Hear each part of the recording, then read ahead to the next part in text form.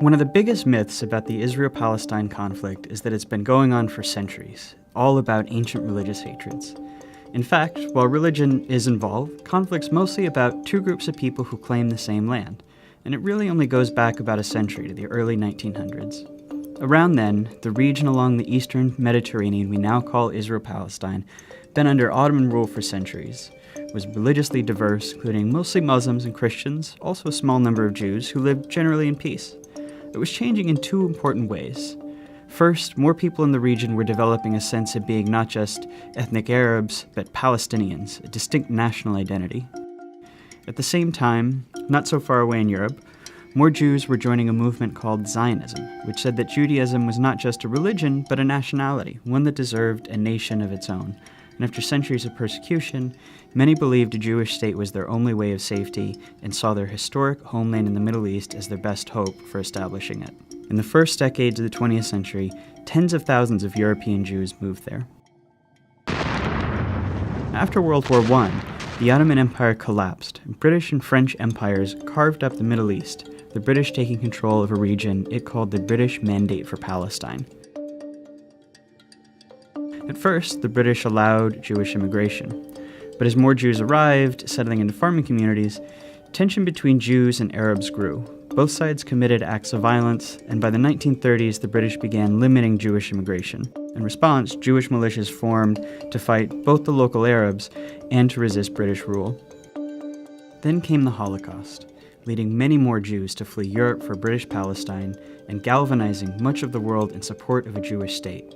In 1947, as sectarian violence between Jews and Arabs there grew, the United Nations approved a plan to divide British Palestine into two separate states. One for Jews, Israel, and one for Arabs, Palestine. The city of Jerusalem, where Jews, Muslims, and Christians all have holy sites, was to become a special international zone. The plan was meant to give Jews a state, to establish Palestinian independence, and to end the sectarian violence that the British could no longer control. The Jews accepted the plan, and they declared independence as Israel. But Arabs throughout the region saw the UN plan as just more European colonialism trying to steal their land. Many of the Arab states, who had just recently won independence themselves, declared war on Israel in an effort to establish a unified Arab Palestine where all of British Palestine had been. The new state of Israel won the war. But in the process, they pushed well past their borders under the UN plan, taking the western half of Jerusalem and much of the land that was to have been part of Palestine. They also expelled huge numbers of Palestinians from their homes, creating a massive refugee population whose descendants today number about 7 million. At the end of the war, Israel controlled all of the territory except for Gaza, which Egypt controlled, and the West Bank, named because it's west of the Jordan River, which Jordan controlled. This was the beginning of the decades-long Arab-Israeli conflict. During this period, many Jews in Arab-majority countries fled or were expelled, arriving in Israel. Then something happened that transformed the conflict. In 1967, Israel and the neighboring Arab states fought another war. When it ended, Israel had seized the Golan Heights from Syria, the West Bank from Jordan, and both Gaza and the Sinai Peninsula from Egypt. Israel was now occupying the Palestinian territories, including all of Jerusalem and its holy sites. This left Israel responsible for governing the Palestinians, a people it had fought for decades. In 1978, Israel and Egypt signed the US-brokered Camp David Accords. Shortly after that, Israel gave Sinai back to Egypt as part of the peace treaty. At the time, this was hugely controversial in the Arab world. Egyptian President Anwar Sadat was assassinated in part because of outrage against it. But it marked the beginning of the end of the wider Arab-Israeli conflict. Over the next few decades, the other Arab states gradually made peace with Israel, even if they never signed formal peace treaties. But Israel's military was still occupying the Palestinian territories of the West Bank and Gaza, and this is when the conflict became an Israeli-Palestinian struggle. The Palestinian Liberation Organization, which had formed in the 1960s to seek a Palestinian state, fought against Israel, including through acts of terrorism. Initially, the PLO claimed all of what had been British Palestine, meaning it wanted to end the state of Israel entirely. Fighting between Israel and the PLO went on for years. even including a 1982 Israeli invasion of Lebanon to kick the group out of Beirut. The stillness of the ceasefire in southern Lebanon was shattered today by the sound of guns, bombs, and planes. The PLO later said it would accept dividing the land between Israel and Palestine, but the conflict continued. As all of this was happening, something dramatic was changing in the Israel-occupied Palestinian territories. Israelis were moving in. These people are called settlers, and they made their homes in the West Bank and Gaza, whether Palestinians wanted them or not. Some moved for religious reasons, some because they want to claim the land for Israel, some just because the housing is cheap, often subsidized by the Israeli government. Some settlements are cities with thousands of people, others are small communities deep into the West Bank. If you've always felt a deep yearning for Jerusalem, now is a once-in-a-lifetime opportunity, not only to stand within its gates, but also to build the home of your dreams there. The settlers are followed by soldiers to guard them, and the growing settlements force Palestinians off of their land and divide communities. Short term, they make the occupation much more painful for Palestinians. Long term, by dividing up Palestinian land, they make it much more difficult for the Palestinians to ever have an independent state. Today, there are several 100,000 settlers in occupied territory, even though the international community considers them illegal.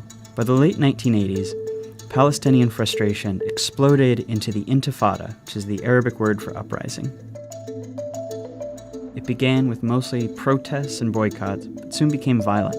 Israel responded with heavy force. A couple hundred Israelis, over 1,000 Palestinians died in the First Intifada.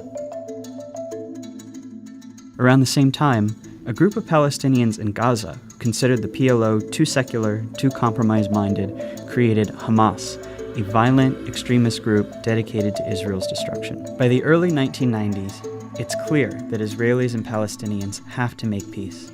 The leaders from both sides signed the Oslo Accords. This is meant to be the big first step toward Israel maybe someday withdrawing from the Palestinian territories and allowing an independent Palestine. The Oslo Accords established the Palestinian Authority, allowing Palestinians a little bit of freedom to govern themselves in certain areas. Hardliners on both sides opposed the Oslo Accords. Members of Hamas launched suicide bombings to try to sabotage the process. The Israeli right protests peace talks with ralliers calling Prime Minister Yitzhak Rabin a traitor and a Nazi.